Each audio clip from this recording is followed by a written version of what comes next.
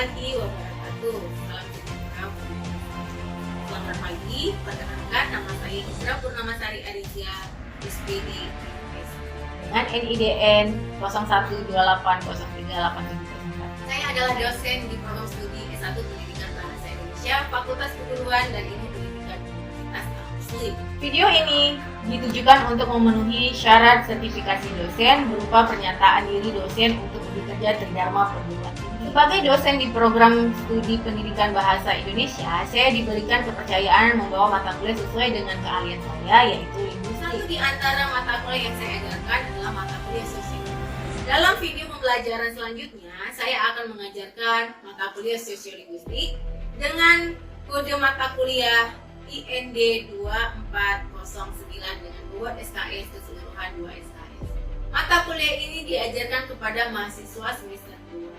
Dalam mengajar, saya menerapkan metode DIA, yaitu delivery, interaction, dan assessment. Delivery diwujudkan dengan penyampaian deskripsi mata kuliah, CPMK, atau capaian pembelajaran mata kuliah. Secara deskripsi, diketahui mata kuliah sosiolinguistik, mahasiswa mempelajari tentang definisi dan ruang lingkup linguistik, jenis-jenis sosiolinguistik, manfaat sosiolinguistik dalam kehidupan sehari-hari. Dalam proses pembelajaran akan dilakukan diskusi kasus dengan melibatkan mahasiswa untuk memecahkan setiap kasus yang berkaitan dengan pokok bahasa. Selanjutnya, CPMK yang diharapkan tercapai adalah mampu berinteraksi, bekerja sama, berkontribusi, dan dalam menerapkan ilmu pengetahuan pada kehidupan bersosial serta memiliki wawasan yang lebih tinggi. Menguasai konseptual ilmu sosiolinguistik. Mampu menerapkan pemikiran logis, kritis, sistematis, dan inovatif dalam konteks pengembangan atau implementasi ilmu pengetahuan dan teknologi yang memperhatikan dan menerapkan nilai humaniora yang sesuai dengan bidang keahlian. Mampu merencanakan dan mengelola sumber daya pembelajaran menggunakan ilmu pendidikan bahasa Indonesia dalam menyelenggarakan proses belajar mengajar di kelas, sekolah, dan lembaga pendidikan dan pengevaluasian secara komprehensif dan memperbanyak skill. Selanjutnya, dalam 16 kali pertemuan materi yang disampaikan dalam mata kuliah ini terdiri dari 1. Pengertian sosiolinguistik, ruang lingkup sosiolinguistik, dan macam-macam sosiolinguistik. 2. Macam dan kajian sosiolinguistik. 3. Sistem penyerapan sosiolinguistik ke dalam kehidupan sehari-hari. Sistem pemanfaatan sosiolinguistik. Pada kesempatan pengajaran untuk PDD UKT-PT ini, saya akan mengajarkan materi pada pertemuan kedua, yaitu pengertian sosiolinguistik, ruang lingkup sosiolinguistik, dan jenis-jenis sosiolinguistik. Indikator keberhasilan mahasiswa dalam mata kuliah ini adalah mahasiswa mampu memerincikan pengertian sosiolinguistik, ruang lingkup sosiolinguistik, dan jenis sosiolinguistik. Tahap DIA yang kedua adalah interaction yang diwujudkan dalam pemilihan metode pembelajaran di kelas yang tepat. Hal itu agar terwujud interaksi dosen dan mahasiswa. Sistem perkuliahan yang saya lakukan secara blended antara tatap muka dan e-learning. Mahasiswa yang saya arahkan agar berdiskusi mengenai masalah-masalah yang terjadi berkaitan penggunaan bahasa di masyarakat. Yang selanjutnya saya arahkan mahasiswa menemukan solusi dari permasalahan yang ada. Selanjutnya, mahasiswa diminta untuk menyelesaikan berbagai proyek atau tugas berkaitan dengan sosiolinguistik. Tahap ketiga adalah assessment yang diwujudkan dengan cara saya memberikan penilaian kepada mahasiswa baik secara individu maupun kelompok yang sesuai dengan RPS yang telah disetujui oleh Ketua Program Studi Pendidikan Bahasa Indonesia. Penilaian dilakukan melalui 1. Penilaian proses berupa sikap, kerjasama, dan keaktifan mahasiswa. Penilaian dari tes yang berupa tugas 10%, kuis 20%, UTS 30%, dan UAS 40%. Baik, berikut proses belajar mengajar di kelas. Assalamualaikum warahmatullahi wabarakatuh. Waalaikumsalam warahmatullahi wabarakatuh. Apa kabar adik-adik hari ini? Baik, Bu. Alhamdulillah baik. Hari ini pertemuan kita yang kedua. Sebelum kita mulai hari ini dengan materi sosiolinguistik. Alangkah baiknya supaya ilmu yang kita peroleh lebih berkah, marilah kita berdoa sejenak. Doa dimulai.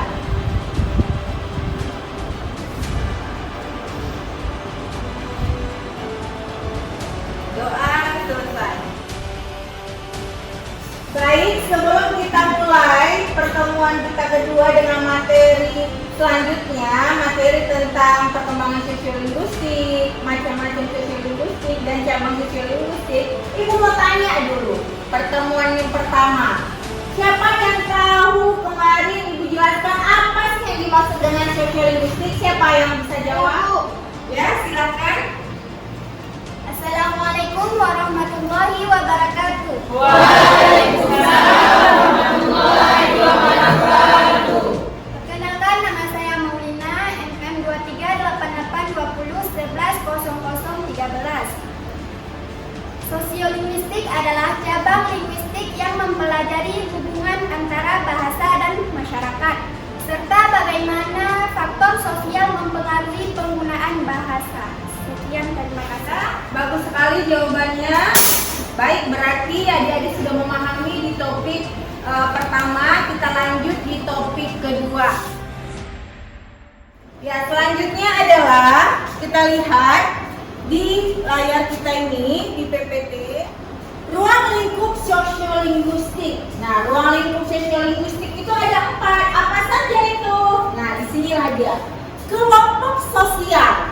Nah, kelompok sosial ini adalah kelompok yang ada di masyarakat. Nah, yang pertama adalah sosiolinguistik mengkaji bagaimana bahasa digunakan untuk mengidentifikasi dan mempertahankan identitas kelompok sosial serta kelas, ras, dan gender. Nah, mayoritas di Biren ini atau Kabupaten Biren ini adalah mayoritas suku Aceh. Nah, suku Aceh ini berarti kita memiliki ras budaya yang sangat kental. Dari segi logat, dialek, dari segi intonasi, itu bisa kita langsung melihat bagaimana pola bahasa dari sosiolinguistiknya. Yaitu contoh dari kosakata yang diakhiri dengan be, ke, dan lain sebagainya. Selanjutnya, yang kedua adalah bahasa dan kekuasaan. Nah, apa itu bahasa dan kekuasaan? Disiplin menganalisis bagaimana bahasa dapat digunakan sebagai alat untuk mempertahankan atau mengubah struktur kekuasaan dan dominasi dalam masyarakat. Contohnya apa? Contohnya kalau kita lihat dari segi lingkungan. Adik-adik berinteraksi nih dari segi kelompok atau besti, bisa dikatakan ruang lingkup pergaulan. Nah, pergaulan ini pasti kalian memiliki bahasa diri kalian sendiri atau bahasa yang suka kalian pergunakan sehari-hari. Contohnya bahasa daerah. Nah, lebih akrab terasa kita berkomunikasi dengan bahasa daerah. Supaya apa? Supaya lawan tutur kita itu terkesan memahami apa yang kita sampaikan.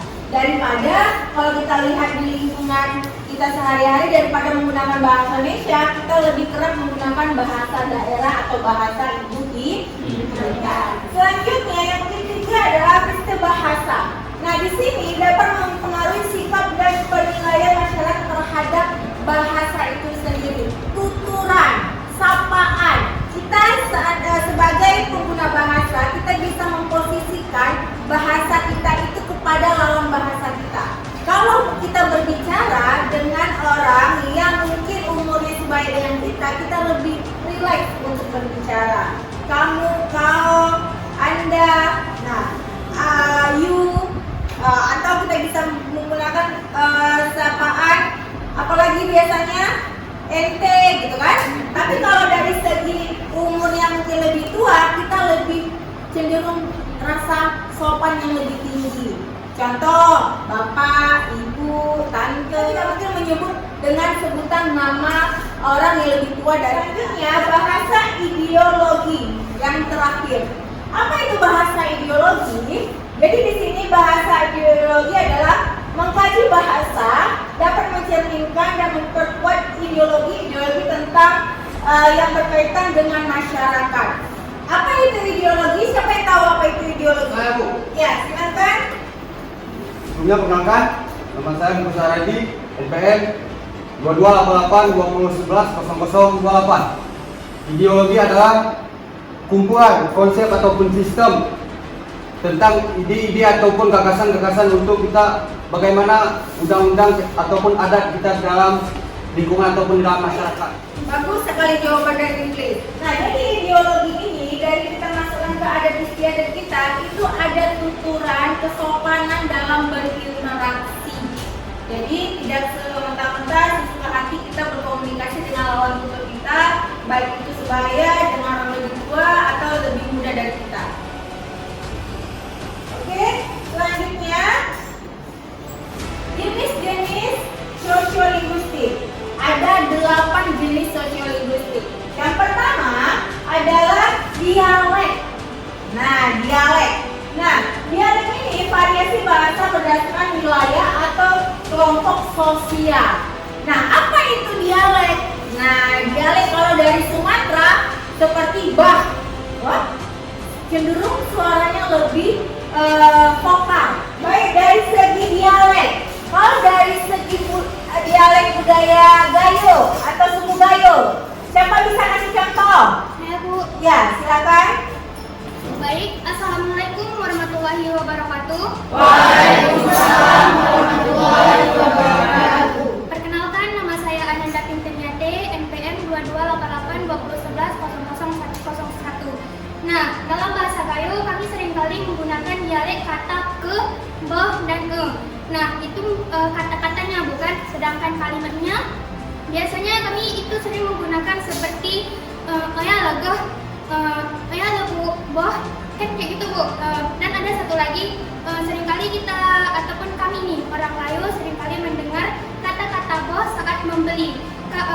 Ini Ibu ya, contoh dalam bahasa Gayo. Kak, kami pesan terus hara boh. Seperti itu, Bu. Sekian dari saya. Assalamualaikum warahmatullahi wabarakatuh. Baik, selanjutnya adalah yang kedua, diglosia. Penggunaan dua variasi bahasa dalam komunikasi yang sama dengan fungsi yang berbeda. Apa itu contohnya? Ibu kasih satu contoh, bule dengan bule. Bule itu artinya adalah gula. Tetapi kalau bule itu adalah ikan atau lauk pauk teman nasi dalam kita waktu saat memakan. Itulah artinya. Dengan ucapan yang sama, dengan tulisan yang sama, tapi maknanya yang berbeda. Paham ya? Selanjutnya ada yang ketiga, kode ganti. Penggunaan bahasa dalam satu percakapan. Ini kalau kita yang milenial atau golongan Z atau anak-anak muda biasanya sering menggunakan hello, apa kabar? Sowat gitu loh, gitu itu adalah bahasa Indonesia. Sowat adalah bahasa Inggris atau bahasa asing yang digunakan dalam satu konteks atau satu paragraf dengan dua bahasa. Selanjutnya adalah yang keempat, yaitu bahasa gaul. Bahasa gaul itu bisa kita lihat dari komunikasi sehari-hari. Biasanya lebih cenderung kalau kita lihat di Instagram, di TikTok itu banyak sekali bahasa-bahasa gaul yang digunakan oleh pengguna Instagram atau selanjutnya bahasa profesional. Bahasa profesional ini adalah istilah khusus yang digunakan oleh suatu kelompok profesional. Biasanya itu cenderung kalau kita lihat di suatu karya ilmiah seperti ada kegiatan seminar atau ada konversi, itu menggunakan bahasa-bahasa yang baku atau bahasa ilmiah. Baik, selanjutnya adalah yang piknik dan kreo. Bahasa yang muncul dari kontak antara beberapa bahasa untuk sementara kreo menjadi bahasa ibu. Ini sama halnya dengan sosiolinguistik historis, yaitu ada perubahan dari yang dulu dan dengan hal yang sekarang. Baik, selanjutnya adalah variasi bahasa berdasarkan gender. Nah, laki-laki dan perempuan. Di sini dari segi vokal, dari segi intonasi, atau dari segi pengucapan itu berbeda. Nah, kalau kita sama-sama menggunakan kalimat atau paragraf yang sama, mungkin cara pengucapan yang berbeda dari segi vokal atau dari segi pengucapan intonasinya. Tinggi rendahnya nada mungkin bisa disesuaikan, tetapi cara pengucapannya ada sedikit perbedaan. Oke, selanjutnya manfaat sosiolinguistik. Nah, manfaat sosiolinguistik itu ada 4. Yang pertama adalah pemahaman komunikasi. Nah, pemahaman komunikasi yaitu membantu memahami pengguna bahasa dalam konteks sosial, meningkatkan komunikasi antara individu satu dengan individu yang lain atau kelompok yang lain. Contohnya seperti apa? Konteks pengucapan atau komunikasi. Selanjutnya, yang kedua adalah kebijakan bahasa. Wawasan sosiolinguistik berguna untuk kebijakan bahasa seperti pemilihan bahasa resmi, pengajaran, dan pelestarian bahasa minoritas. Nah, ini biasanya kebijakan dari segi bahasa lisan, baik itu bahasa lisan atau bahasa tulisan, dari segi bahasa resmi dan non-resmi, bahasa baku dan bahasa non-baku. Nah, selanjutnya adalah pengembangan kurikulum.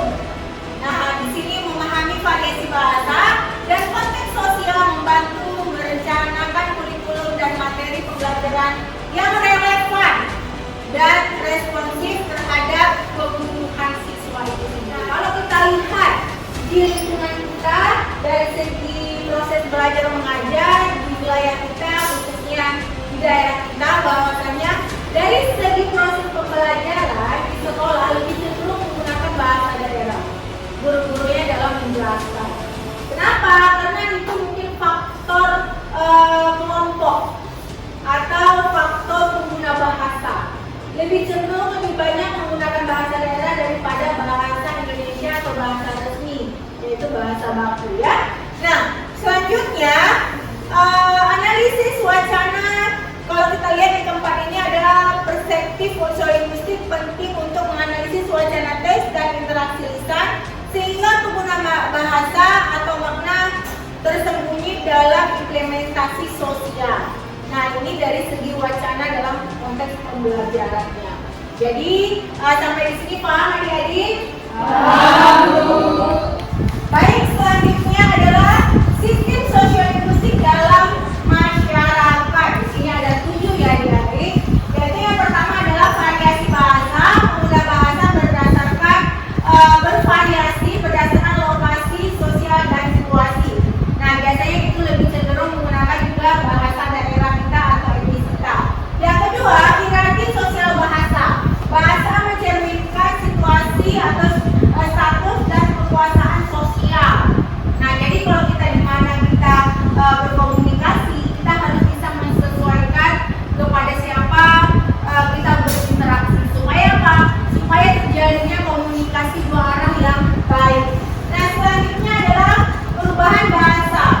Nah, di perubahan bahasa ini, bahasa berubah dipengaruhi oleh faktor sosial, budaya, dan politik. Nah, jadi kalau kita lihat ini bisa berubah sewaktu-waktu kepada siapa kita berkomunikasi, konteksnya seperti apa. Jadi perubahan bahasa itu bisa difaktorkan oleh dari segi sosial, budaya, dan politik. Baik, selanjutnya yang keempat adalah kontak bahasa. Interaksi berbagai bahasa menghasilkan korelasi dan peminjaman kata. Terkadang bisa menggunakan bahasa daerah orang lain dengan menggunakan bahasa Indonesia, atau masuknya unsur bahasa daerah ke dalam kosakata yang kita gunakan sehari-hari. Nah, selanjutnya pengaruh media dan teknologi. Nah, di sini media dan teknologi membantu pengguna bahasa. Nah, sekarang banyak sekali bahasa-bahasa milenial yang berkembang, baik itu bahasa gaul.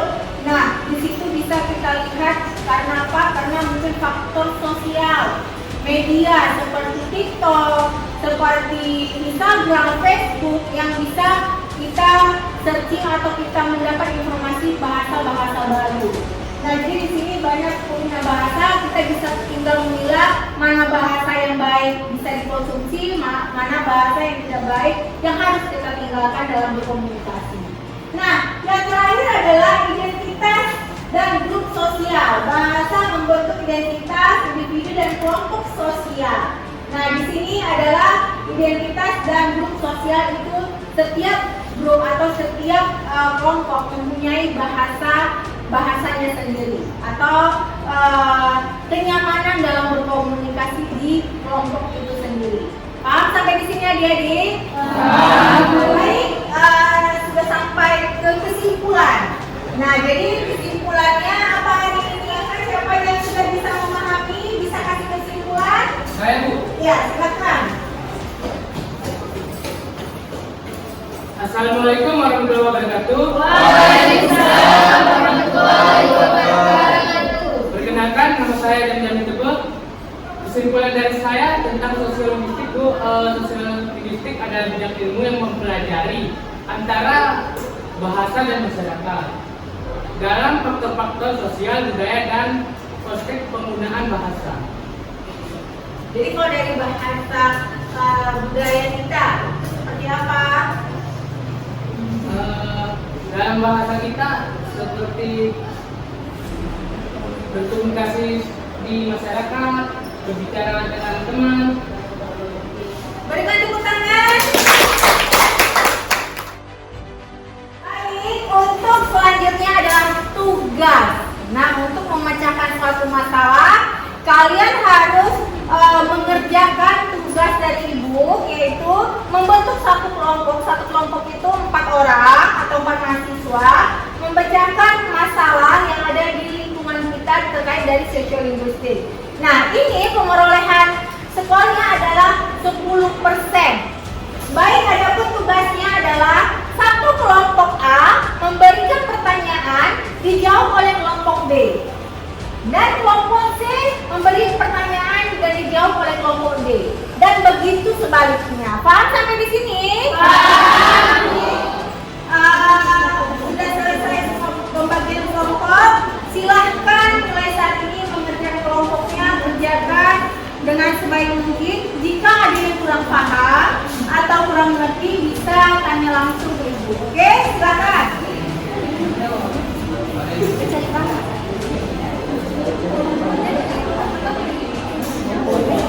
Kelompok 1 yang mana? Kelompok 2? Kelompok 3? Kelompok 4? Kelompok 5? Kelompok 7? Kelompok 8? Nah, baik. Ada pertanyaan dari kelompok 3? Ada, Bu? Ya, silakan.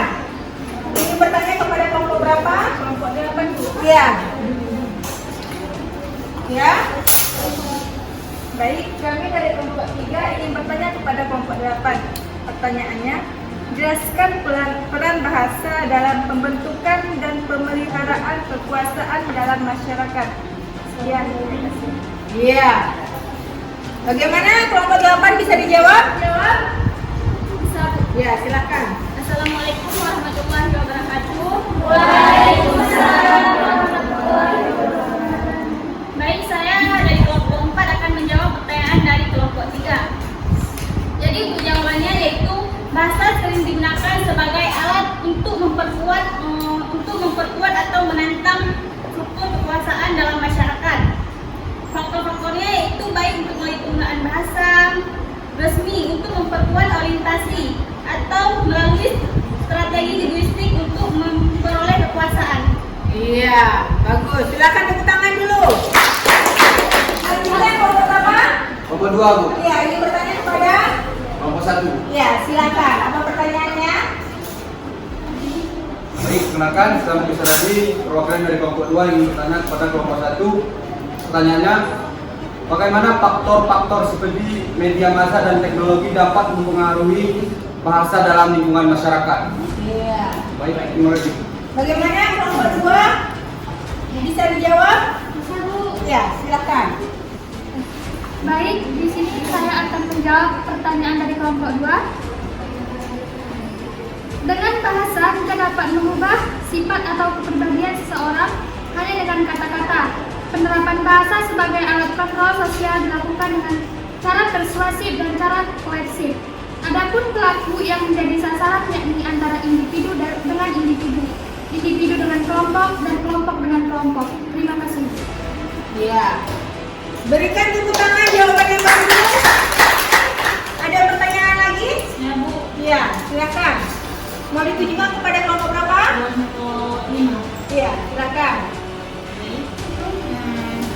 Perkenalkan nama saya Umar Nadia. Saya ingin bertanya kepada kelompok 5, bagaimana hubungan antara bahasa dan identitas sosial? Baik, terima kasih. Ya. Bagaimana kelompok 5 bisa dijawab? Iya, silakan. Assalamualaikum warahmatullahi wabarakatuh. Waalaikumsalam warahmatullahi wabarakatuh. Kami perwakilan dari kelompok 5 ingin menjawab pertanyaan dari kelompok 7, yang mana pertanyaannya bagaimana sih hubungan bahasa dengan identitas sosial.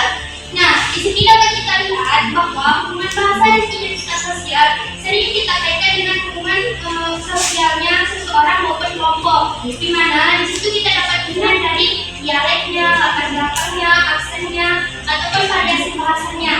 Nah, di situ juga dapat kita mencakup dari seseorang mempunyai bahasa tersendiri ataupun bahasa daerah tersendiri, tetapi berkolaborasi di dalam kelompok. Nah, di sana mereka dapat menerapkan ataupun berkomunikasi. Jadi komunikasi dua arahnya jadi terjalin. Nah, di situ terkait yang hubungan bahasa dan identitas sosial seseorang, mau itu latar belakangnya, aksennya, ataupun sosial ekonominya. Terima kasih. Sekian jawaban dari kelompok kami. Assalamualaikum warahmatullahi wabarakatuh. Waalaikumsalam warahmatullahi wabarakatuh. Ya, berikan tepuk tangan kepada